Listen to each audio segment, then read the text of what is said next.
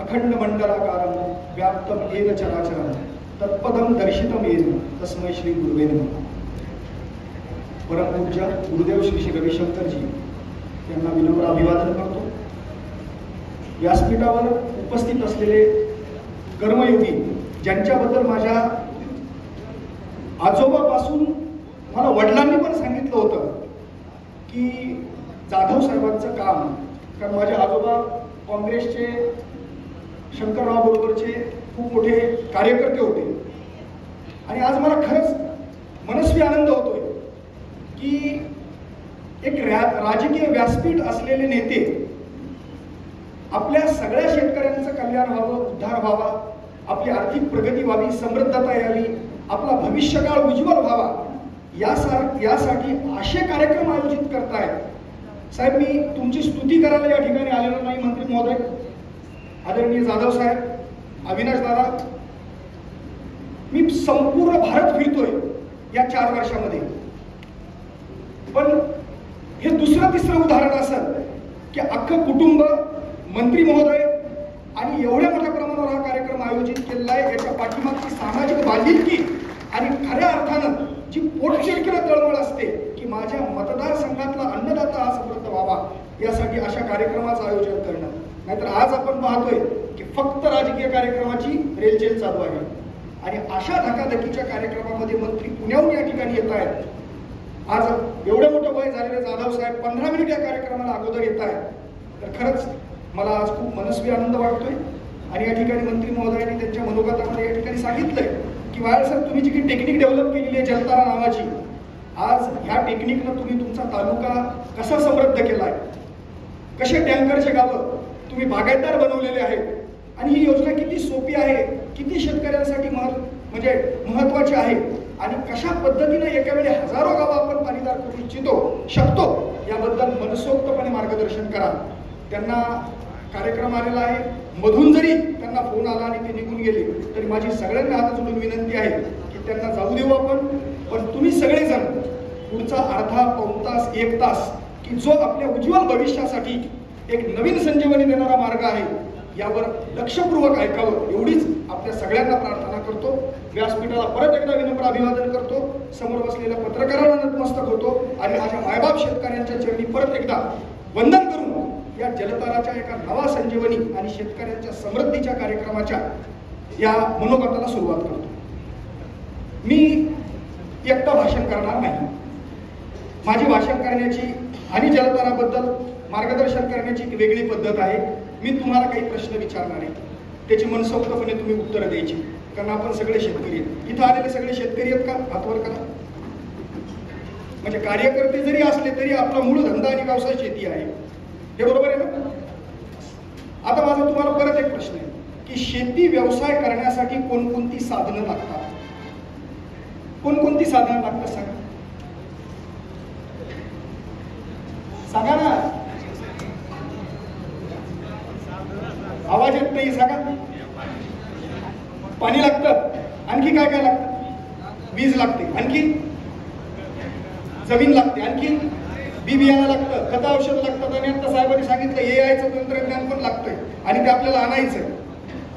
साहेब, आज तुम्ही या कार्यक्रमाचं आयोजन केलं, या कार्यक्रमाचं नाव जलतारा पाणी परिषद ठेवलं, एवढा मोठा प्रचार प्रसार केलेला आहे, म्हणून आपण सगळेजण म्हणतायत की शेती करायला पाणी हे महत्वाचं साधन लागतं. पण जाधव साहेब, माझ्या तालुक्यातल्या 221 गावामध्ये मी जे काम केलं त्यावेळेस कुणालाही माहीत नव्हतं की मी जलताराचं काम आणि गाव पाणीदार करायला आलोय म्हणून. पण मी ज्यावेळेस गावात जायचो आणि शेतकऱ्यांना समोर बसून मनोगत आणि त्यांना मार्गदर्शन करायचो की आपल्याला काय करायचं एकत्र येऊन, आणि मग मी त्यांना हा प्रश्न विचारायचो, कारण त्यांना माहीत नव्हतं की वाया सर त्यांची टीम घेऊन कशाला आली, ते पाण्यावर काम करायला आले का भाषण करायला आले का आपल्याला निवडणुकीत मतं मागायला आले, हे काहीच माहीत नव्हतं. तुम्हाला माहिती आहे म्हणून तुम्ही सगळेजण पाणी म्हणताय, पण मला प्रत्येक वेळी एकच उत्तर यायचं.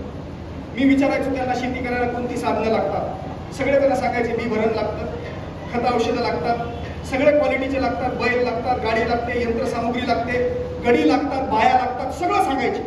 मला आठवण करून द्यावं लागायची की पाणी लागतं की नाही लागतं, आणि मग म्हणायची पाणी लागतं ना. म्हणजे आज तुमची आमची मानसिकता विदाऊट पाण्यानं शेती करण्याची बनली आहे, हे खरं आहे का खोटं आहे? मान्य आहे ना? पण आज या कार्यक्रमाची प्रसिद्धी एवढी झालेली आहे की कुणीतरी पाण्यावर काम करणारं आपल्याला मनोगत व्यक्त करायला, मार्गदर्शन करायला येणार आहे म्हणून तुम्ही सगळेजण सांगतात शेती करायला पाणी हे सगळ्यात महत्वाचं सांगतात. बरोबर आहे मित्रांनो? शेतीचे 3 प्रकार आहेत. नंबर 1 बागायती शेती, नंबर 2 जिरायती शेती आणि नंबर 3 कोरडवाहू शेती. बागायती शेती कशाला म्हणतात? जिथं 12 महिने पाणी आहे त्याला म्हणतात बागायती शेती. आणि त्या माणसाचं राहणीमान, त्या माणसाचं जीवन, त्या माणसाची समृद्धी कुणालाही सांगायचं काम नाही.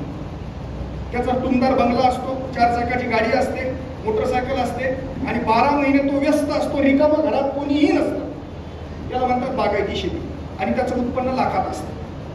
त्यानंतर येते जिरायती शेती म्हणजे हंगामी, ज्याला आपण आपल्या भाषेमध्ये हिवाळा भरण्यामध्ये जाधव साहेब म्हणतो हिवाळा भरणे.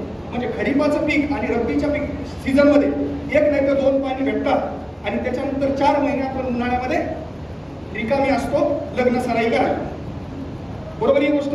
आणि तिसरा प्रकार म्हणतो कोरडवाहू, खाऊन पिऊन टांबून. म्हणजे खूप मनात विचार येतात की घर बांधायचं, पण खिशाकडे पाहिल्याच्या नंतर आणि उत्पन्नाकडे पाहिल्याच्या नंतर आपण नाही बांधू शकत. ही वस्तुस्थिती आहे.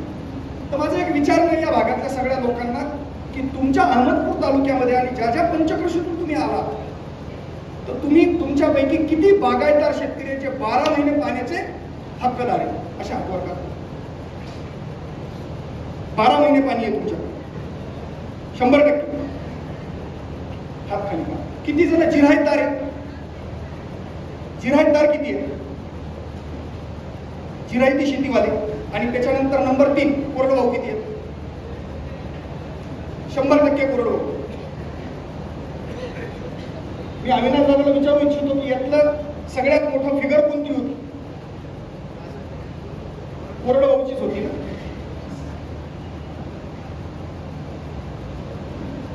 ही वस्तुस्थिती आहे.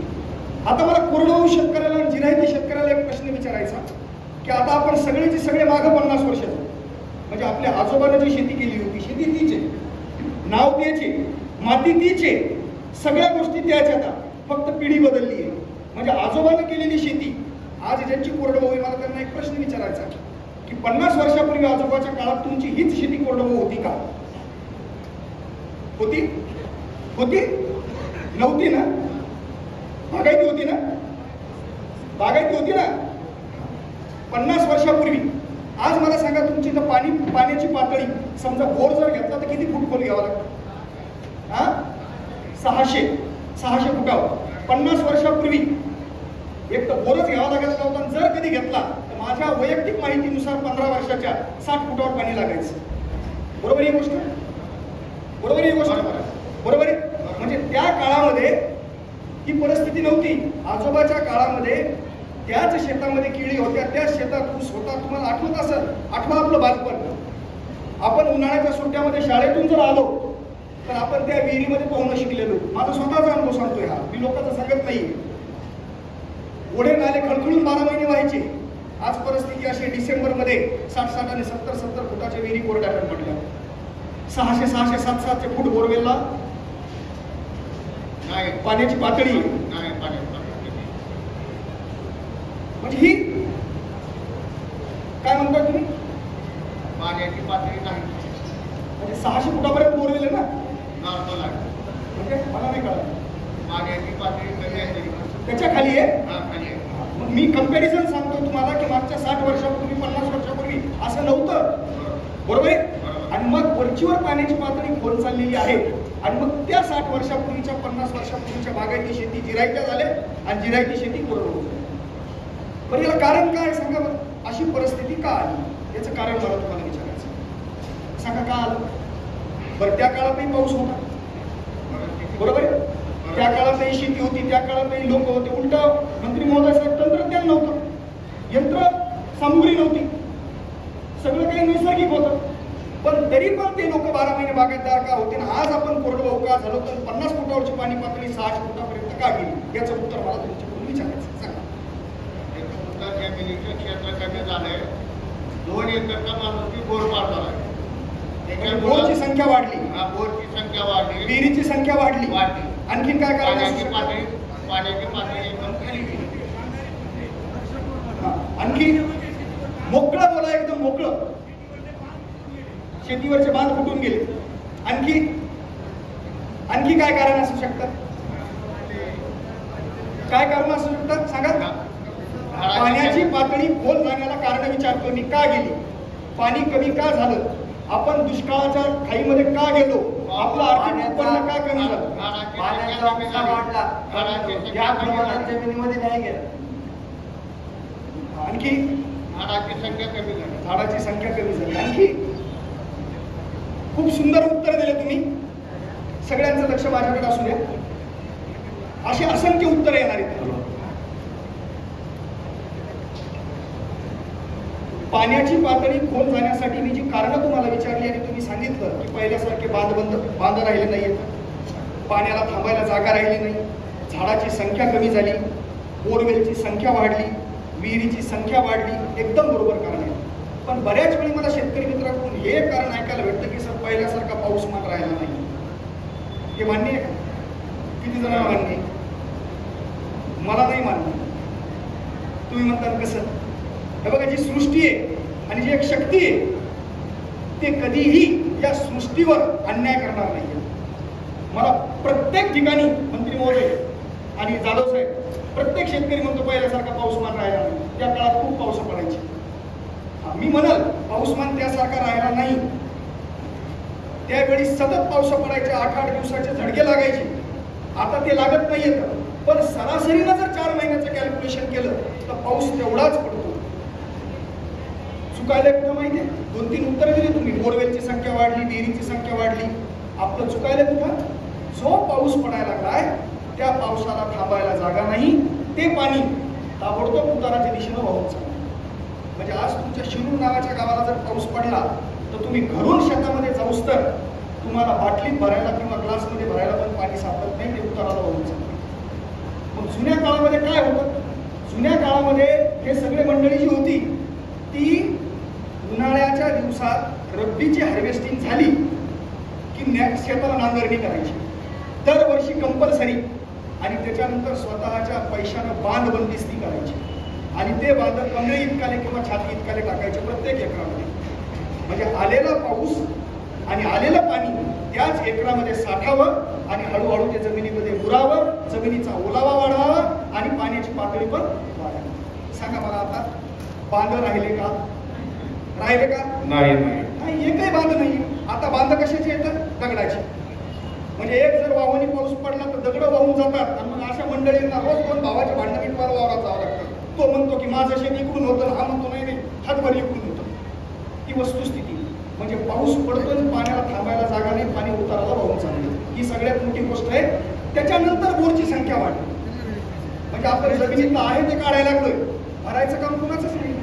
जो पाऊस पडायला तो वाहून चालला. बरोबर ही गोष्ट आहे.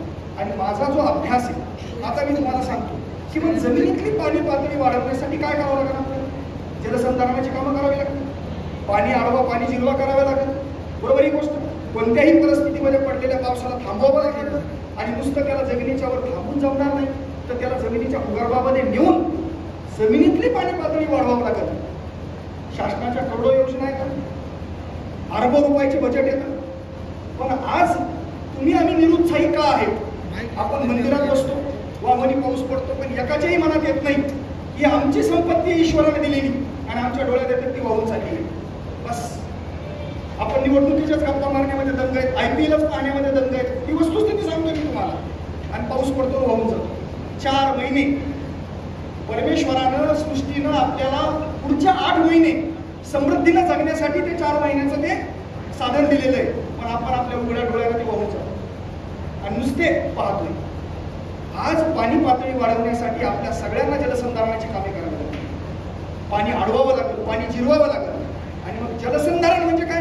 पाणी अडवणं, पाणी जिरवणं आणि जमिनीतली पाणी पातळी वाढवणं. मग या जलसंधारणामध्ये तांत्रिक दृष्टीने जर विचार केला आपण तर 3 प्रकारे पाणी अडवा आणि पाणी जिरवावर काम केलं जातं. किती प्रकारे? 3 प्रकारे. Number 1, line treatment. जलसंधारणामधलं पहिली ट्रीटमेंट आहे ज्याला म्हणतात लाईन ट्रीटमेंट. लाईन ट्रीटमेंट म्हणजे काय?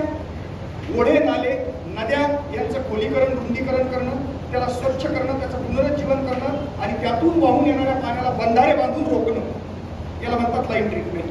जे जलयुक्त शिवार अभियानामध्ये शासनानं मोठ्या प्रमाणावर कामं केलेले आहेत. गोडे नाल्यांचं खोलीकरण करणं, रुंदीकरण करणं, माती नाला बांधणं किंवा गॅबियन बांधणं किंवा मोठमोठे बंधारे बांधणं, पाण्याला अडवणं. बरोबर आहे. याला म्हणतात पहिली ट्रीटमेंट. जलसंधारणामध्ये एक दुसरी ट्रीटमेंट आहे ज्याला म्हणतात वॉटरशेड मॅनेजमेंट, ज्याला मराठीत म्हणतात पाणलोट विकास. माथा ते पायथा म्हणजे डोंगरावर सिसिट्या करणं, डीप सिसिट्या करणं, दगडी बांध बांधणं, गॅबियन बंधारे बांधणं, कंपार्टमेंट बंडिंग करणं, त्या डोंगराच्या पाणलोटाच्या कुशीतून वाहणाऱ्या सगळ्या ओढ्या नाल्यांचं पुनरुज्जीवन करणं, पाण्याचे साठे निर्माण करणं. आणि तिसरा प्रकार आहे जलसंधारणामधला पाणी अडवा आणि पाणी जिरवा, त्याला म्हणतात एरिया ट्रीटमेंट, पुनर्भरण प्रक्रिया. अशी 3 प्रकार आहेत. आता मी डिसेंबर 2006 आर्ट ऑफ लिव्हिंगचे प्रणेते सद्गुरू परमपूज्य श्री रविशंकरजी यांच्या संस्थेच्या माध्यमातून त्यांच्या सानिध्यात आलो. मी आर्ट ऑफ लिव्हिंगचे शिबिरं केले आणि मी स्वतः प्रोफेसर होतो. मागच्या 6 जुलैला साहेब मी स्वेच्छानिवृत्ती घेतली. 8 वर्ष माझी बाकी होती. आणि 2012ला बेंगलोरला आम्ही मराठवाड्यातल्या दुष्काळग्रस्त शेतकऱ्यांची एक परिषद आयोजित केली आणि त्यात आम्ही सरपंच, उपसरपंच, ग्रामपंचायतचे सदस्य, काही प्रतिष्ठित शेतकरी घेऊन गेलो. अण्णा हजारेंना त्या परिषदेला बोलवलं होतं, पोपटराव पवारांना बोलवलं होतं, पर्यावरण तज्ञ अतुल देशपांडे यांना बोलवलं होतं, इंद्रजित देशमुखांना बोलवलं होतं. आणि श्री रविशंकरजी प्रत्येक दिवशी प्रत्येक शेतकऱ्यांशी संवाद साधायचे आणि त्यांना विचारायचे शेती व्यवसाय कसा आहे, तुमचं कसं चाललेलं आहे, आर्थिक संपन्नता काय म्हणते, उदरनिर्वाहाचे साधनं, शेती काय म्हणते. बस एकही माणूस बोलत नव्हता, निरुत्तरित होता. कारण सगळं घोडं फिरून यायचं आणि पाण्यावर येऊन थांबायचं. आणि त्या काळामध्ये विदर्भामध्ये प्रचंड आत्महत्याचं प्रमाण सुरू होतं आणि ते लोक मराठवाड्यामध्ये आलं. मराठवाड्याला दररोज 7 आत्महत्या शेतकऱ्यांच्या होऊ लागल्या होत्या. आणि त्या धर्तीवर ह्या थांबाव्यात आणि शेतकऱ्याचं काहीतरी कल्याण व्हावं हा प्रामाणिक उद्देश डोळ्यासमोर ठेवून आम्ही या लोकांना तिथं नेलं. सगळ्यात शेवटच्या दिवशी परिषदेचा समारोप करताना गुरुजींनी हे प्रश्न विचारले. एकही शेतकरी उत्तर देत नव्हता. काहींना माईक दिले. ते म्हणत होता, गुरुजी पाणी नसल्यामुळे शेती व्यवसाय कोलमडून पडला, आमचे पोरं शहराकडे गेलेले आहेत, आमच्या महिला रोजगाऱ्या करता येतात आणि आम्हाला आता काही दिवसात शेती विकावी लागणार आणि सोडून द्यावी लागणार, कारण शेती करण्याचं जे महत्वाचं साधन आहे पाणी हेच संपत चालले होते. काही जण बोलतच नव्हते. आणि मग त्यावेळी श्री रविशंकरजींनी ठरवलं की आता आपल्याला शेतकऱ्याला समृद्ध करण्यासाठी पाण्यावर काम करणं आवश्यक आहे. ती जबाबदारी मला मिळाली. 2012ला मग आम्ही ठरवलं की गावामध्ये पाणी आणायचं असेल तर आपल्याला सुरुवात करावी लागेल नदी पुनरुज्जीवन कार्यक्रमापासून. मग 2012, 13, 14ला आम्ही नदी पुनरुज्जीवनाचा कार्यक्रम हाती घेतला आणि नद्यांना स्वच्छ करणं, गाळ काढणं, त्यातलं सगळं प्लास्टिक साफ करणं आणि त्याला पूर्ण स्वच्छ करून पाण्याचे साठे निर्माण करणं, गॅबियन बंधारे बांधणं. जालन्यातल्या गुंगर्डे हदगाव नावाच्या गावापासून आम्ही अभियानाला सुरुवात केली. गलाटी नावाची गोदावरी नंतरची नदी आम्ही 5 किलोमीटर स्वच्छ केली आणि त्यावर महाराष्ट्रातला सगळ्यात मोठा श्रमदानातून 61 मीटर रुंदीचा गॅबियन बंधारा बांधला. ज्या गावात 35 फुटाचे बोरवेल होते जुन्या काळातले, ते संपलेले होते. एका वर्षाच्या कार्यक्रमामध्ये ते बोरवेल सुरू झाले आणि जवळपास 400 ते 500 एकर एरिया हा पहिल्या पावसामध्ये इरिगेटेड झाला. तिथली पाण्याची पातळी वाढली आणि शेतकऱ्यांचे 2 तासाचे मोटर पंप हे 4-4, 5-5 तास चालू लागले. पण हे एकच गावात झालं. नंतर मग जलयुक्त शिवार अभियान आलं. 2015ला माननीय देवेंद्रजी फडणवीस मुख्यमंत्री झाल्याच्या नंतर याच धर्तीवर ओढ्या नाल्यांचं खोलीकरण करा, रुंदीकरण करा, पाणी साठे निर्माण करा, माती नाला बांध करा, गॅबियन करा, वनराई बंधारे करा, कुठल्याही परिस्थितीमध्ये पाण्याला अडवा. मी त्याच्यातही काम केलं. 36 जिल्ह्यामधून जालना जिल्हा 2018ला मी महाराष्ट्रात पहिला आणला. मुख्यमंत्र्यांनी मला महात्मा ज्योतिबा फुले जलमित्र पुरस्कार दिला. म्हणजे शासनाने निवडले होते जाधव साहेब 20 गाव. आम्ही गावागावामध्ये फिरून आर्ट ऑफ लिव्हिंगच्या माध्यमातून सगळ्या शासनाच्या लोकांना सोबत घेऊन स्वयंसेवक बनून शेतकऱ्यांच्या घराघरामध्ये जाऊन प्रबोधन केले. लोक सहभाग तयार केला आणि 197 गावामध्ये 297 किलोमीटरचं खोलीकरण रुंदीकरण केलं.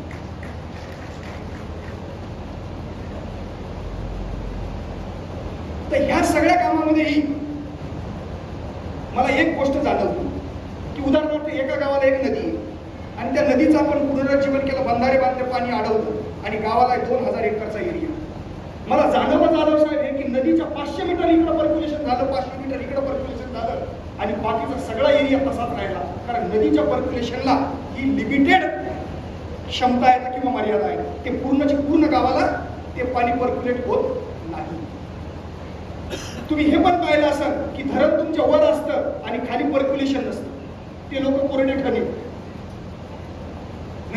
लक्षात आलं की आता आपण पाणलोट विकासाच्या तांत्रिक कामाला सुरुवात करावी.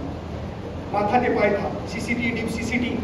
नंतर मी माझ्या तालुक्यातल्या 10 गावाची निवड केली. 10 गावचा पाणलोटचा कार्यक्रम बनवला. 10 गावाच्या 100 लोकांना WTRA, एक शासनाची पाणलोटाची अधिकृत प्रशिक्षण संस्था आहे दरेवाडीला, नगर जिल्ह्यामध्ये, तिथं नेलं. त्यांना प्रशिक्षण दिलं. लोक चळवळ बनवली. 3 वर्ष 2016, 17, 18ला आमच्या शंभू महादेवच्या 85 किलोमीटरच्या डोंगर रांगावर आम्ही दररोज सकाळी 6ला जायचो. हजारो लोक, विद्यार्थी, महिला, आर्ट ऑफ लिव्हिंगचे स्वयंसेवक घेऊन CCT खोदायचो, डीप CCT पोकलँडला करायचो, त्याला पिचिंग करायचो, दगडी बांध निर्माण करायचो. 3 वर्ष श्रमदानातून काम केलं. हे का केलं माहिती? माझा एक संकल्प होता की आज एक गाव जलयुक्त मध्ये पाणीदार बनतंय, पण बाकीचं दुसरं गाव कोरडं ठरलंय. आणि आज पाणलोटामध्ये एक गाव पाणीदार बनतंय, पण आणखीन दुसरं गाव कोरडं ठरलंय. आपल्याला एका वेळी असंख्य गावामध्ये काम करायचंय आणि सगळेची सगळे गाव पाणीदार करायचे, असं काहीतरी आपल्याला तंत्र शोधायचंय. आणि मग तुम्हाला मी मुद्दाम होऊन ही पार्श्वभूमी सांगतोय की हे काम मी 2012 पासून वेड्यासारखं करू लागलो. याचं कारण काय? मी स्वतः गावात राहणारा एक शेतकऱ्याचा मुलगा आहे. माझ्या आजोबाने जी बागायती शेती केली होती, ज्या विहिरीत मी पाहून शिकलेलो होतो. वडिलांच्या हातात आजोबा थकल्यावर शेती दिली जाधव साहेब, ती झाली जिरायती. आणि वडील थकल्याच्या नंतर वडिलांनी 1999ला माझी आती शेती झाली 100% कोरडवाहू. मला 50 एकर शेती हायवेवर. डिसेंबर 2018ला मला बिस्लरीची बॉटल घेऊन शेतामध्ये उन्हाळ्यामध्ये जावं लागायचं, हिवाळ्यामध्ये जावं लागायचं, एक थेंब पाणी नसायचं. ही वस्तुस्थिती सांगतो तुम्हाला. आणि हीच परिस्थिती आजूबाजूला होती. गावाची गावं ओस पडायले, तरुण मुलं बेरोजगार व्हायला लागले, शेतकऱ्यांचं आर्थिक उत्पन्न संपायलंय, शेतकरी घरावरचे पत्र बदलू शकत नाहीयेत. आणि मग हे कुठेतरी बदललं पाहिजे. शेती व्यवसाय जिवंत करायचा असेल, शेती व्यवसाय समृद्ध करायचा असेल तर पाण्याशिवाय होऊ शकत नाही. की कुंगाट मनाशी बांधली आणि वेडासारखा पाण्यावर काम करायला सुरुवात केली. दिवसभरात 3 तास कॉलेज करायचं, 18 तास पाण्यावर काम करायचं, आर्ट ऑफ लिव्हिंगचे शिबिरं घ्यायचे, गावागावामध्ये फिरायचं. आणि मग हा पाणलोट विकासाचा कार्यक्रम करत असताना माझा एक मित्र झालाय 2019ला, जो केरळचा आहे, म्हणून निंबोदरी नाव आहे त्याचं. आणि तो अमेरिकेला 27 वर्षापासून मायक्रोसॉफ्ट या मोठ्या कंपनीमध्ये काम करतो जाधव साहेब. त्याने पाण्यावर भरपूर मोठी रिसर्च केलेली आहे. आणि माझ्या देशातल्या शेतकऱ्याचं देणं मला काहीतरी द्यायचंय. आणि त्यांनी माझी फेसबुक प्रोफाईल पाहिली की हा एक माणूस पाण्यावर वेड्यासारखं काम करतोय, दररोज पाण्यावरच्या पोस्ट करतात, आपण याला भेटलं पाहिजे. कारण भारतामधला रिसर्च त्याने इतक्या भयानक पद्धतीने माझ्या समोर मांडला होता. त्या दिवशी माझे खाटकून डोळे उघडले आणि मी ठरवलं आता मला नोकरी सोडायची, माझ्या मायबाप शेतकऱ्यांसाठी जगायचं. तो माणूस हे पाणलोटाचं काम करत असताना डायरेक्ट कॅलिफोर्नियावरून औरंगाबादच्या एअरपोर्टवर उतरला आणि माझ्या गावात 4000 लोकसंख्येचं माझं गाव. 15 दिवस माझ्या घरी राहिला आणि दररोज माझ्याबरोबर श्रमदान करायला डोंगरावर यायचं. बस अमेरिकेत राहिलेला गोरा पान माणूस, ज्याला शेती माहित नाही, माती माहित नाही, दगड माहित नाही, तो डोंगरावर येऊ लागला. आणि हे सगळं करत असताना आम्ही दररोज संध्याकाळी गप्पा मारत बसायचो. आणि मग त्यांनी मला काही रिसर्च पेपर आणि गप्पा सांगत असताना एक भयावह वास्तव्य सांगितलं. कारण आपण सगळ्यांनी हे ऐकलेलं आहे, आदरणीय साहेबांनी पण ऐकलेलं असेल की खूप शास्त्रज्ञ सांगतायत, खूप तत्ववेत्ते सांगतायत, खूप समाजसुधारक सांगतायत की येणारं 3रं महायुद्ध हे गोळ्याचं होणार नाही, बॉम्बचं होणार नाही, हे 3रं महायुद्ध पाण्यासाठी होणार आहे. हे किती जणांनी ऐकलेलं आहे ना? की नुसतं ऐकू नका, ही सत्यता आहे. म्हणून आज जर जागा झालो नाहीत आपण, एका दिलानं जर आपण आलो नाहीत आणि या पाण्याला आणि या काळ्या मातीला जर वाचवलं नाही तर येणारा भविष्यकाळ अंधाराचा आहे. आणि म्हणून तुमच्या आमच्या सारख्या लोकांना आणि या सगळ्या कर्मयोग्यांना आपण मानाचा मुजरा केला पाहिजे की आज या व्यासपीठावर असे कार्यक्रम ते आयोजित करतायत. उद्देश राजकारण नाहीये, उद्देश समाजकारण आहे. आणि समोर बसलेला शेतकरी हा समृद्ध व्हावा, हा प्रामाणिक उद्देश म्हणून विनंती करतो. जोरदार टाळ्या वाजवा एकदा. आणि मग आम्ही रात्री गप्पा मारत बसवायचो. दिवसभर आल्याच्या नंतर माझ्या शेतात आम्ही फिरायला जायचो. रात्रीच्या उन्हामध्ये घरी लाई व्हायची म्हणून आम्ही गाईच्या गोठ्यात जाऊन बसायचो. आणि जाधव साहेब त्यांनी मला पहिला रिसर्च पेपर दाखवला. ते म्हणजे पुरुषोत्तमजी, भारतामध्ये 6 लाख गावं आहेत, त्यापैकी 1 लाख गावांची परिस्थिती अशी आहे, मी मागच्या 17-18 वर्षापासून रिसर्च करतोय, त्या गावचा वॉटर लेवल हा 1700 ते 1800 फूट खोलीपर्यंत गेलेला आहे 1 लाख गावांमध्ये. आणि तिथं जर आज जलसंधारणाचं पाण्याचं काम जर झालं नाही तर तिथं शेती व्यवसाय मृत पावल, तिथं माणूस राहू शकणार नाही, जनावर राहू शकणार नाही, पशु पक्षी पण दिसू शकणार नाही. त्याने दुसरा मला एक भयावह परिस्थिती सांगितली की सोडून द्या म्हणजे भारतातलं 1 लाख गावचं, या महाराष्ट्रात 44,000 गाव आहेत, ज्यापैकी 28,000 गावाला शासनाला डिसेंबरमध्ये पिण्याच्या पाण्याचे टँकरचं नियोजन करावं लागतं. आदरणीय साहेबांना मी विनंती करतो, हे खरं का खोटं? ही वस्तुस्थिती लांबचं सांगत नाहीये. नाशिक पुणे रोडवर राजगुरू खेड नावाचा एक तालुका आहे, मोठा हायवे साहेब. माझ्या मित्राची तिथं हॉटेल आकाश मिसळ म्हणून, दररोजचं काउंटर 25 लाख रुपयाचं आहे. वेटिंग लागतात हमराव साहेब तिथं. 5.5 एकरवरती हॉटेल बसलेली आहे. आणि त्या माणसानं मागच्या महिन्यामध्ये 5 बोरवेल घेतले. किती फुटाचे घेतले असतील? 1350 फुटाचा एक बोरवेल, 8 इंची कोरडे ठणके. ही वस्तुस्थिती आहे. आणि मग त्याने सांगितलं की पुरुषोत्तमजी, आपण नद्या नाल्यांचं खोलीकरण करून 1 गाव पाणीदार करू, पाणलोटाचं काम करून आपण 10 गावं पाणीदार करू. वरचीवर पाण्याची पातळी खोल झाली आहे. गावं दुष्काळाच्या यादीमध्ये मोठ्या संख्येने समाविष्ट होत आहेत.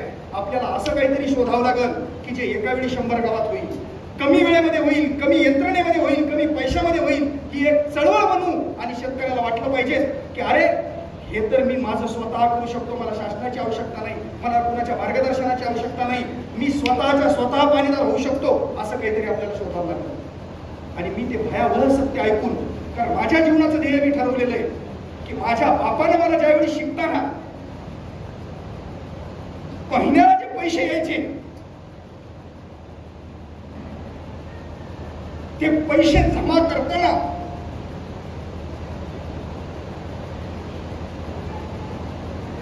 दोन क्विंटल हरभरा ज्यावेळेस विकावं लागायचं आणि आम्हाला पैसे पाठवायचे, ते हाल मी पाहिले. आणि म्हणून मी ठरवलं की आयुष्यात संपत्ती खूप कमवू. कारण आज एका सिनियर कॉलेजचा प्रोफेसर 8 वर्ष बाकी असताना 8 कोटी रुपयावर पाणी सोडून शेतकऱ्यांसाठी दिवस रात्र फिरणारा, माझं मोठेपण नाही सांगायला मी तुम्हाला हे, पण असा कुणाला तरी त्याग करावा लागेल आणि त्यानंतर ही चळवळ बनल. आणि त्याच वेळी माझ्या एक गोष्ट लक्षात आली की अरे, आपण जलयुक्त शिवार अभियानामध्ये काम करत होतो, आपण पाणलोटामध्ये काम करत होतो. त्यावेळी शासनाची एक योजना होती साहेब, विहीर पुनर्भरण आणि बोर पुनर्भरण. माझ्यासोबत काही अधिकारी यायचे, जाधव साहेब, मी लोक खोलीकरण रुंदीकरणाची माहिती द्यायचो, मी पाण्यावर माहिती द्यायचो. आणि त्याच वेळी आमचे एक डेप्युटी कलेक्टर होते, डॉक्टर अरविंद लोखंडे, तुमच्या उदगीरला होते आता मागच्या काही दिवसापूर्वी. ते आमच्या परतूरला SD होते आणि ते माझ्यासोबत ह्या प्रबोधनाच्या कार्यक्रमाला यायचे आणि मला म्हणायचे की सर, आमच्या काही योजना लोकांना सांगू द्या हो, आमचं टार्गेटच कम्प्लीट होईल ना. आणि मग ते कळकळीने लोकांना सांगायचे की तुम्ही विहीर पुनर्भरण करा, तुम्ही बोर पुनर्भरण करा. एक शोषखड्डा तुम्ही विहिरीच्या 10 फुटाच्या अंतरात जर घेतला तर तुम्ही 4 भोवताली शोषखड्डे घ्या, त्याला दगड धोंड्याने भरा, त्याच्यात इटकरी टाका, त्याच्यात वाळूचा रोडा टाका, एका खड्ड्याला 5,000 रुपये अनुदान.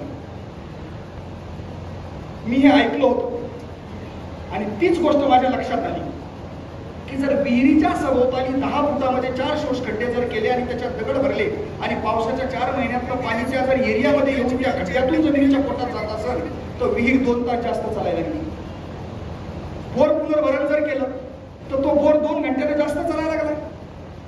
छतावरचं पाणी जर बोरमध्येच्या बाजूला पुनर्भरण करून सोडलं तर 2 घंटे चालणारा बोर 6 घंटे चालायला लागला. ही गोष्ट माझ्या लक्षात आली. पण पहा तुम्ही, एक रहस्य आणि एक गंमत सांगतो तुम्हाला. त्यावेळेस ते सांगत होते की विहिरीच्या भोवताली 10 फुटाच्या अंतरातच खड्डा करावा लागेल तरच अनुदान भेटलं. दादासाहेब पहा, 11व्या फुटामध्ये जर त्याचं मोजमाप केलं तर अनुदान भेटणार. माझ्या एक लक्षात आलं की मला 50 एकर शेती आहे, 50 एकरमध्ये 25 एकरमध्ये एक विहीर आहे, 25 एकरमध्ये एक विहीर आहे आणि सांगता येते की माझ्या विहिरीच्या भोवती 10 फुटामध्ये 4 खड्डे करा आणि मला 25 एकरचा एक नंबर आहे, त्याच्यात पडलेला पाऊस दुसरीकडेच वाहून चालला आणि विहिरी पैसे किती घ्यायला, काही मर्यादित पाणी आहे. ते मर्यादित पाणी जर विहिरीची पाणी पातळी वाढवत असेल आणि जर मग मी पूर्ण शेतातलंच पाणी पूर्ण शेतामध्ये जर अडवलं आणि ते जर जमिनीच्या पोटात नेलं तर हे किती मोठ्या प्रमाणावर विहिरीत उतरल आणि विहिरीची पाणी पातळी किती वाढत आणि विहीर 12 महिने बागायतदार होईल. ही गोष्ट माझ्या लक्षात आली आणि मी ठरवलं की आता आपल्याला भगवंतानं, माझ्या गुरुनं काही ना काहीतरी बीज दिलंय, आपण आता याच्यावर प्रयोग करू. आणि मी असा प्राणी आहे की प्रत्येक प्रयोग स्वतःपासून केले, सगळे प्रयोग स्वतः केले. मला 50 एकर शेती, 25 एकरचा एक नंबर आहे. त्या नंबरामध्ये माझ्या आजोबांना 65 वर्षापूर्वी एक विहीर खोदलेली आहे, जिची खोली आहे 42 फूट आणि परीघ आहे 10 फूट, म्हणजे आड जुन्या काळातला. आणि एका विहिरीमध्ये, एका 25 एकरमध्ये मी स्वतः शेती केल्यावर एक 50 फूट खोलीची विहीर घेतलेली आहे. परिस्थिती आमच्याकडे अशी होती, कुठलाही पाण्याचा सोर्स नव्हता, धरण नाही, नाला नाही, नदी नाही, काहीच नाही. डिसेंबरमध्ये ही विहीर कोरडी पडायची. आम्ही फक्त हंगामी आणि कोरडवाहू शेतकरी खरीपाचं एक पीक घेणं, रब्बीच्या पिकामध्ये खाण्यापुरते गहू घरी व्हायचे, ते पाणी पुरत तेवढं करणं. पक्का आठवतं मला डिसेंबरमध्ये पाण्याला म्हणजे विहिरीचं तळ दिसायचं. मग माझ्या लक्षात आलं की आता आपल्याला शेतातलं पाणी शेतात थांबवायचं, नुसतं थांबवायचं नाही, तर विहीर पुनर्भरण्यासारखं आणि बोर पुनर्भरण्यासारखं आपल्याला शेत पुनर्भरण करायचं. ही गोष्ट लक्षात आली. आणि मग मी ठरवलं की उन्हाळ्यामध्ये आपण हे काम करू शकतो. मग शेत पुनर्भरण म्हणजे काय? मग त्याला जलतारा नाव दिलं. जलतारा हे नाव मला कसं सुचलं हे मी तुम्हाला पुढच्या भाषणामध्ये सांगतो. मग मी हे ठरवलं की आता आपल्याला शेतातलं पाणी शेतात थांबवायचं आणि नुसतं थांबवायचं नाही, ते जमिनीच्या भूगर्भात न्यायचं. इथं बसलेल्या सगळ्या शेतकऱ्यांना, पाण्यावर काम करणाऱ्या सगळ्या लोकांना आणि आदरणीय जाधव साहेबांना पण हे सांगू इच्छितो,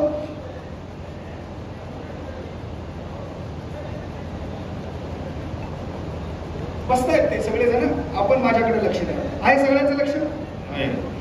ऐका वाटतं सगळ्यांना? हो का नाही? बोला ना. ऐका वाटतं? Yes, okay. तर मी ठरवलं की आपल्याला प्रत्येक शेतामधलं पाणी शेतात थांबवायचं आणि शेत पुनर्भरण करायचं, विहीर पुनर्भरण, बोर पुनर्भरणासारखं. मग मी काय केलं, माझ्या 25 एकरमध्ये सरासरी तुम्हाला मी सांगतो आपल्याकडे काय असतं, 1 एकरचा एक तुकडा असतो, 1.5 एकरचा असतो, अर्धा एकरचा असतो, त्याला छोटे छोटे बांधा असतात. मला 25 एकरचं क्षेत्र होतं, 25 एकरचे 1-1 एकराचे तुकडे होते. आजपर्यंत 4 महिने पाऊस पडायचा आणि थोडी अशी उताराला असलेली माझी जमीन होती. 10 मिनिटामध्ये मी घरून शेतामध्ये येऊस तर मला पाण्याचा थेंब पण दिसत नव्हता. आणि त्या 25 एकरामधलं 10 एकर असं क्षेत्र होतं की त्याच्यामध्ये पाणी साचून राहायचं, ते लवणाला होतं. आलेलं सगळं पाणी एकतर त्याच्यात साचायचं, नाही तर मग त्याचा बांध पडून खाली वाहून जायचं. आणि आज ही सगळीकडची परिस्थिती, पाऊस पडतो उताराला वाहून जातो. मी ठरवलं आपल्याला शेतातलं पाणी शेतात थांबवायचं. मला एक गोष्ट तुम्हाला सगळ्यांना आवर्जून सांगायची, मी हे सिद्ध करून दाखवतो आणि याच्यामध्ये सत्यता आहे, याला वैज्ञानिक पुरावे येतात. माझं स्वतःचं वैयक्तिक मत आहे, माझं स्वतःचं, की पाण्याची साठवणूक जमिनीच्या वर नाही, पाण्याची साठवणूक जमिनीच्या पोटात आहे. हे किती जणांना मान्य? तुम्ही म्हणता कसं? मग हे धरणं कशाला केलेले? मान्य आहे, धरणं असावेत, बंधारे असावेत, पण ते कृत्रिमरित्या अडवलेले आहेत. ते निसर्गाच्या सानिध्यात असलेलं पाणी आहे, बरोबर आहे. त्याचं पर्क्युलेशन 100% एरियावर होत नाहीये. माझं वैयक्तिक मत आहे की पाण्याची, राहण्याची, विश्रामाची आणि कायमस्वरूपी स्टोरेज होण्याची जागा जमिनीचं पोट आहे, जमिनीचा भूगर्भ आहे. आणि याचं प्रमाण तुम्हाला सांगायचं म्हणलं तर एका वाक्यात याचं प्रमाण आणि प्रूफ देतो मी तुम्हाला. काय प्रूफ आहे सांगा मला? तुम्ही नवीन विहीर करता, जमिनीच्या वर घेता का खाली घेता? पाणी कुठून लागतं? खालून. बोरवेल कुठे घेतो आपण? खाली, बरोबर आहे का? तुमच्या एरियात असा एखादा माणूस वर ढगाला उलटा बोर घेतला नाही ना? म्हणजे पाण्याची साठवणूक कुठे? जमिनीच्या भूगर्भात आहे. आणि मग मी ठरवलं की आलेल्या पाण्याला डायरेक्टली आपल्याला जमिनीमध्ये न्यायचं. मग मी काय केलं, बस उन्हाळ्याच्या दिवसामध्ये एप्रिल मे मध्ये एक JCB आणला आणि प्रत्येक एकरामध्ये, उदाहरणार्थ तुम्हाला सांगतो का जलतारा प्रक्रिया काय आहे, शेत पुनर्भरण कार्यक्रम काय आहे. समजा मला 25 एकर शेत होतं आणि तुम्हाला 5 एकर आहे, 10 एकर आहे, 20 एकर आहे, 25 एकर आहे. तुम्ही सगळेजण आपापलं शेत डोळ्यासमोर आणा आणि त्यातला 1 एकरचा तुकडा उदाहरणासाठी आपण समोर घेऊ की त्या 1 एकरमध्ये पाऊस पडायला सुरुवात झाली आणि पाणी वाहायला सुरुवात झाली. तर मला सांगा बरं, ते पाणी सगळ्यात अगोदर कोणत्या कोपऱ्याली? कोणत्या कोपऱ्याली? उताराच्या कोपऱ्याली. 1 एकर मध्ये पाऊस पडायला सुरुवात झाली, पाणी वाहायला सुरुवात झाली, मुसळधार पाऊस झाले, थांबत नाहीये, पाणी वाहायला लागलं, ते येणार त्या एकराच्या कोपऱ्याला. आणि त्या पाण्याला आता जमिनीत जायला जागाच नाहीये. चित्र पहा, तुमच्या समोर मांडवले, जमिनीत जायला जागाच नाहीये बस. आणि पाऊस थांबायला तयार नाहीये, पाऊस चालूच वरतो. मग ते 1 एकरचं फुटाण पाण्यानं पूर्ण बंब भरणार ना.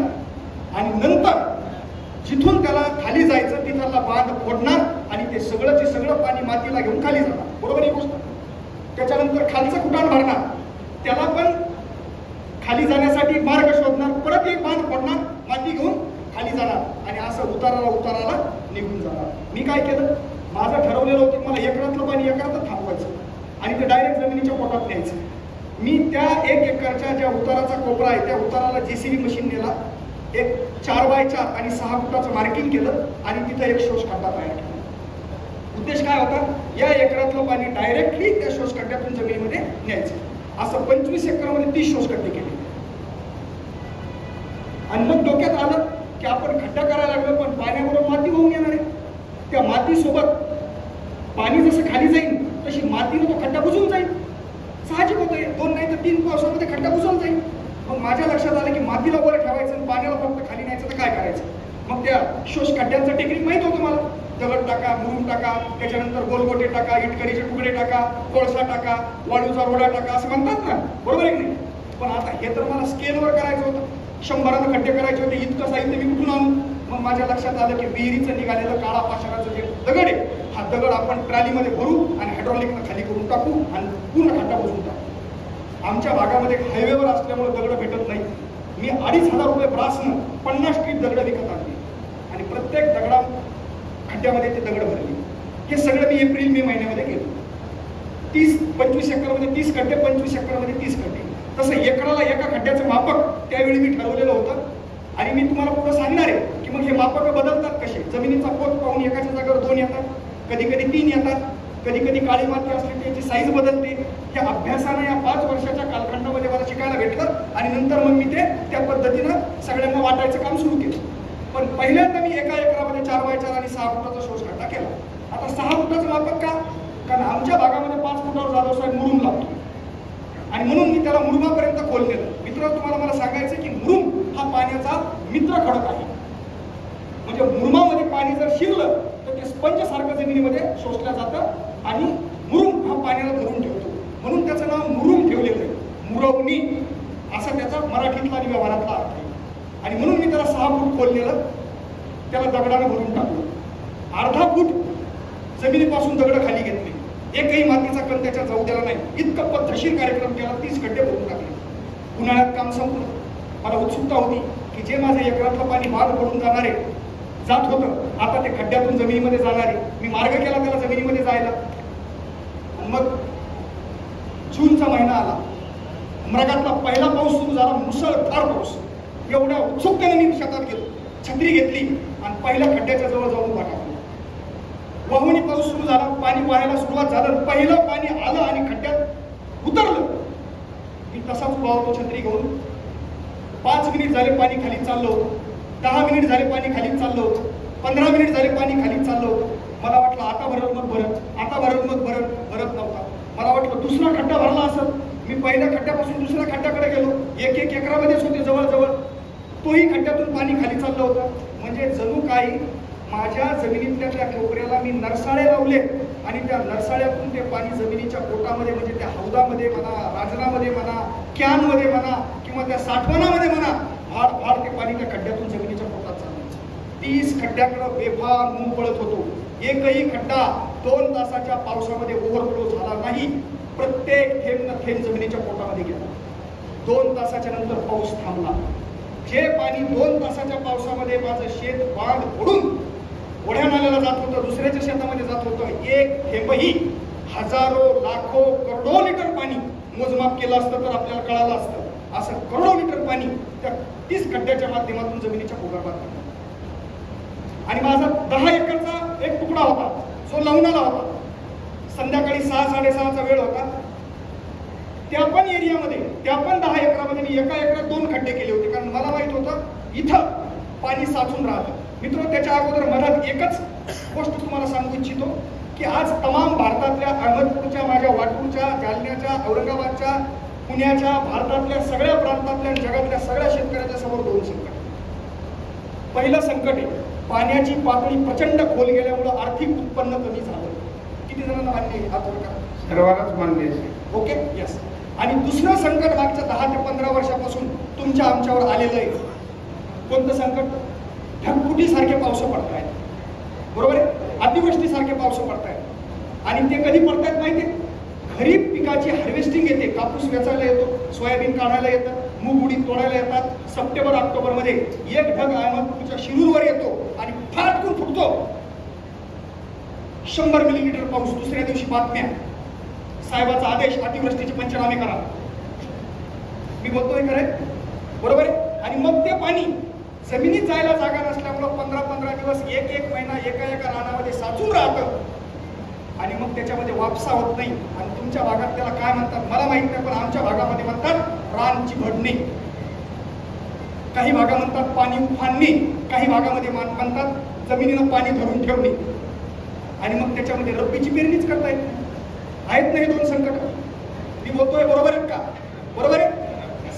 आणि मग या शेत पुनर्भरण आणि या जलतारा प्रकल्पानं मला माझ्या शेतामध्ये पहिल्याच पावसामध्ये दोन्ही प्रश्नावरच्या उत्तर दिले.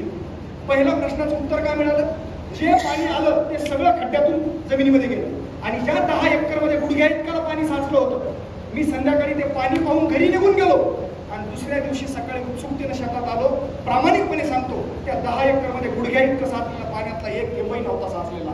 सगळं त्या 2-2 एकरी खड्ड्यामधून जमिनीच्या पोटामध्ये त्याचा निचरा झाला आणि ती जमीन पूर्णपणे पाण्यानं वाळली. 2 दिवसामध्ये त्या नाही होणाऱ्या जमिनीत, चिबडणाऱ्या जमिनीमध्ये वापस आली. म्हणजे मला कळालं की जलतारा आणि शेत पुनर्भरणाचा हा जो कार्यक्रम आपण शोधलाय, शेतकऱ्याच्या समोरच्या दोन्ही संकटावर हा पर्याय शोधला. नंबर 1, एकही थेंब पाणी वाया जाणार नाही, पूर्ण शोष खड्ड्यातून जमिनीत जाणार आणि कितीही पाऊस पडू द्या, पाण्याचा निचरा खड्ड्यातून होणार आणि जमीन वाळणार, पिकं संरक्षित राहणार, वाहून जाणारी माती तिथंच थांबणार. आणि सगळ्यात महत्वाची गोष्ट सांगू काय, असं म्हणतात की शेतकऱ्याला जर आर्थिक उत्पन्न वाढायचं असेल तर निसर्गाचं एक चक्र आहे. कोणतं? खरीपाची पेरणी असं म्हणतात की मृग नक्षत्रात व्हायला पाहिजे आणि रब्बीची पेरणी ही हस्त नक्षत्रात व्हायला पाहिजे. किती आडमासाच्या शेतकऱ्यांना मान्य आहे? बरोबर आहे.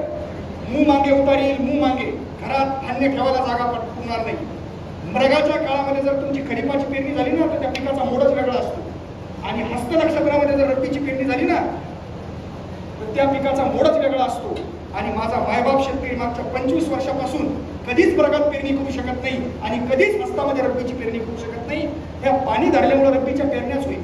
सगळं इम्बॅलन्स सर्कल झालंय आणि म्हणून शेतकऱ्याचं आर्थिक उत्पन्न कमी झालं. या शेत पुनर्भरणाच्या जलतारा प्रक्रियेनं या दोन्ही संकटावर आम्हाला पर्याय सापडला. आणि मग दुसऱ्या दिवशीची माझी जीवनातल्या आनंदाचा क्षण तुम्हाला मी सांगतोय. मी सकाळी आलो, जाधव साहेब माझ्या विहिरीमध्ये डोकून पाहिलं. 42 फूट खोलीची विहिरीमध्ये. त्याची हिस्ट्री अशी होती की ती विहीर जून जुलैमध्ये पाऊस पडल्यावर गुणराव सर जुलैच्या एंडिंगला तिला 5-10 फूट पाणी यायचं. ऑगस्टमध्ये ती अर्धी भरायची, सप्टेंबरमध्ये पूर्ण भरायची आणि ऑक्टोबरमध्ये मोटर चालू केली की नोव्हेंबरमध्ये अर्धी व्हायची, डिसेंबरमध्ये तळ दिसायचं. ही परिस्थिती होती. त्या पहिल्या पावसामध्ये माझ्या मनातही विचार नव्हता, पण उत्सुकता होती, संकेत होते की अरे इतकं मोठं लाखो लिटर पडलेलं पाणी त्या 30 खड्ड्यातून जमिनीत गेलं, आपण डोकून तरी पाहू विहिरीत आलं का. म्हणून मी पहिल्यांदा आल्याने विहिरीत डोकून पाहिलं तर मित्र 10 फूट पाणी मी दोरी लावून मोजलं. पहिल्याच पावसामध्ये माझ्या विहिरीत आलं. टाळ्याने वाजवणार तुम्ही, खरं वाटत ना. आणि वाटत नसेल तर आता माझ्या शेतावर दररोज 3 ते 4 ट्रॅव्हल्स महाराष्ट्रातून भारतातून पाहायला येतात. कालची गोष्ट सांगतो तुम्हाला. मी काल नाशिक, सिन्नर, पारनेर, नगर आणि बीड जिल्ह्यातले 500 शेतकरी हे सगळं चित्र डोळ्याने पाहायला आले की कसा एकरी तुम्ही शोषखड्डा केलेला आहे, कशा पद्धतीनं या पाणी जमिनीमध्ये मुरतं, कशा पद्धतीनं माझी 42 फुटाची विहीर या 3 वर्षामध्ये, हे 2020ला संशोधन केलं मी, 2021ला पहिल्यांदा हे काम माझ्या विहिरीमध्ये केलं, माझ्या शेतामध्ये केलं. आणि आज माझं आमंत्रण आहे तुम्हाला की माझी शेती पाहायला या आणि माझ्या विहिरीमध्ये डोकून पहा. आज 42 फुटाच्या विहिरीमध्ये 31 फूट पाणी आहे आणि 24 तास 5 एचपीचा मोटर पंप चालू आहे. ही रियालिटी सांगतो. 10 एकरची वडणारा रान, आमच्या वडिलांना कधीच रब्बीची पेरणी तिथे केली नाही. त्या 10 एकरमध्ये मी 4 पिकं घेतोय. मोसंबी आहे, सोयाबीन घेतलं, गहू घेतला, सोबत हरभरा घेतला. आज 25 एकरमध्ये 42 फुटाची विहीर 12 महिने चालते. 10 एकर गव्हाचं उत्पन्न मी घेतलंय आणि त्याच्यानंतर 9 एकर हरभरा घेतला. म्हणजे इतकी पाणी पातळी वाढली. आणि 2 पावसामध्ये अर्धी विहीर भरली, 3 पावसामध्ये काठोकाठ विहीर भरली. पहिल्या वर्षीच्या 4 महिन्याच्या पावसाला या 30 शोषखड्ड्यातून मी जमिनीच्या बाहेर जाऊ दिलं नाही, पूर्ण जमिनीमध्ये मुरलं.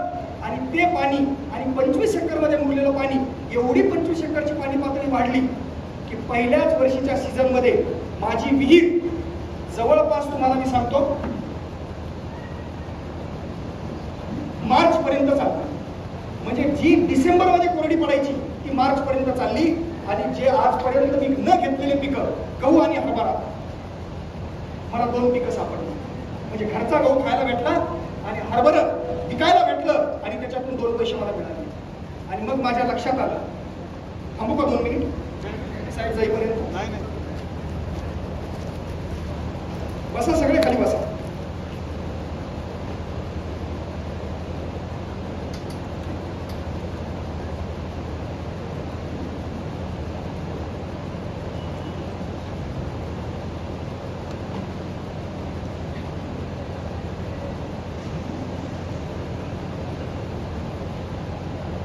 सुरू करू? माझ्याकडे लक्ष आहे सगळ्यांचं? हाय चालू कर. मग माझ्या लक्षात आलं की आता आपल्याला दोन्ही संकटावर पर्याय सापडला.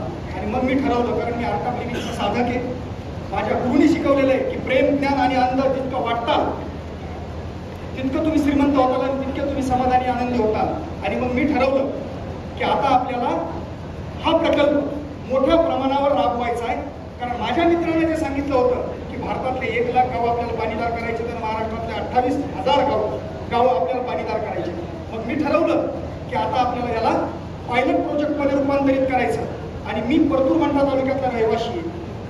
पहिल्यांदा 2021ला मी 4 गावामध्ये हा प्रकल्प करायला सुरुवात केली.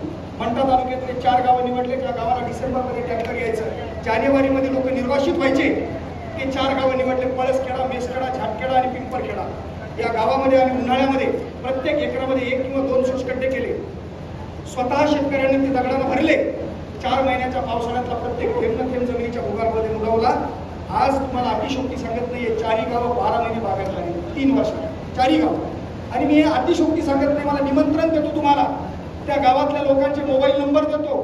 तुम्हाला शेतकी अभ्यास शाळा काढायच्या असतील किंवा तुम्हाला दौरे काढायचे असतील तर तुम्ही या, माझ्या माघारी तुम्हाला त्या गावामध्ये मी पाठवतो. आणि तुम्ही त्या गावातल्या प्रत्येक शेतकऱ्याच्या विहिरीत डोकावून पहा, त्या शेतकऱ्यांना स्वतः भेटा. ही वस्तुस्थिती. नंतर 2022ला मंठा परतूर तालुक्यातले दुष्काळग्रस्त, जिथं उन्हाळ्यामध्ये उभा राहू शकत नाही, अशा 50 गावामध्ये एका वेळी मी हा कार्यक्रम राबवला. त्याच्यानंतर 84 गावं, त्याच्यानंतर 35 गावं आणि यावर्षी 25 गावामध्ये आम्ही काम करतोय.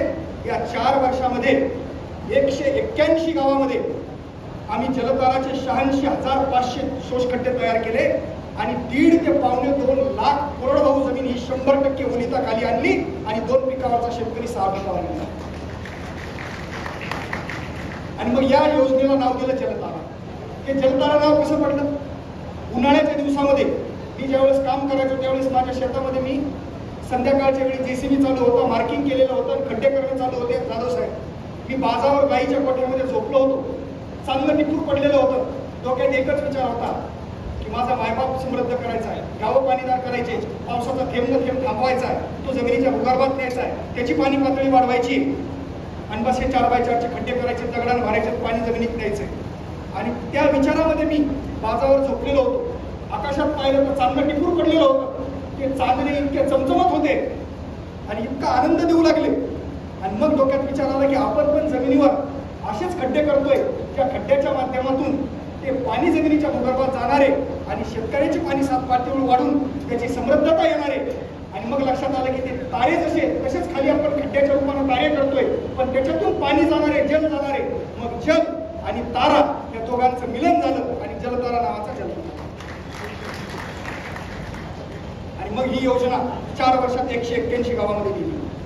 आज तुम्हाला अतिशोक्ती सांगत नाही, याच्या यशोगाथा मी आता काही व्हिडिओमध्ये तुम्हाला दाखवणार आहे. साहेब, असं जर मी उदाहरण तुम्हाला आज सांगितलं की माझ्या गावापासून 10 किलोमीटरवर एक गाव आहे पुष्काळ नावाचं, 40 एकरचं एक कृषीभूषण शेतकरी आहे. त्या शेतकऱ्याने 1 एकरचं शेततळ मोडून टाकलं आणि ती जमीन वैकीत आणली. तुम्ही म्हणता असं काहीतरी वेगळं सांगायचं. का म्हटलं माहिती? का म्हटलं? गरजच नाही त्याला शेततळ्याची उपयोगाची. 2021ला मी हे गाव निवडलं जलतारामध्ये, ढोसकाळ नावाचं. प्रबोधनाला त्या गावात गेलो, लवकर गेलो होतो. आज जसा तुमची आलो तसा काही प्रगतशील शेतकरी मला म्हणले की सर, आमची प्रभाकर देशमुख म्हणून एक येतात, त्यांनी इतकी सुंदर शेती केलेली आहे, डोंगरावर त्यांनी हिरवगार बाग फुलवलाय, चला एकदा त्यांना पाहायला. मी त्यांच्या शेतात गेलो. जाधव साहेब, 40 एकरचा मुरमाड जमीन होती, 3,500 सीताफळाची बाग होती, 1,000 केशर आंब्याची बाग होती, 5 विहिरी, 5 बोरवेल, 1 एकरचं शेततळ, 28 लाख रुपये खर्च करून भली मोठी पन्नी, प्रचंड मोठं पाणी, लाखो लिटर त्याच्यात अडवलेलं. आणि उन्हाळ्याच्या दिवसामध्ये शेततळ्याचं पाणी संपलं होतं आणि 5 ट्रॅक्टरचे टँकर त्यांच्या बागेला पाणी देत होते. आणि मी जाऊन बसलो, त्यांनी मला चहा वगैरे पाजला.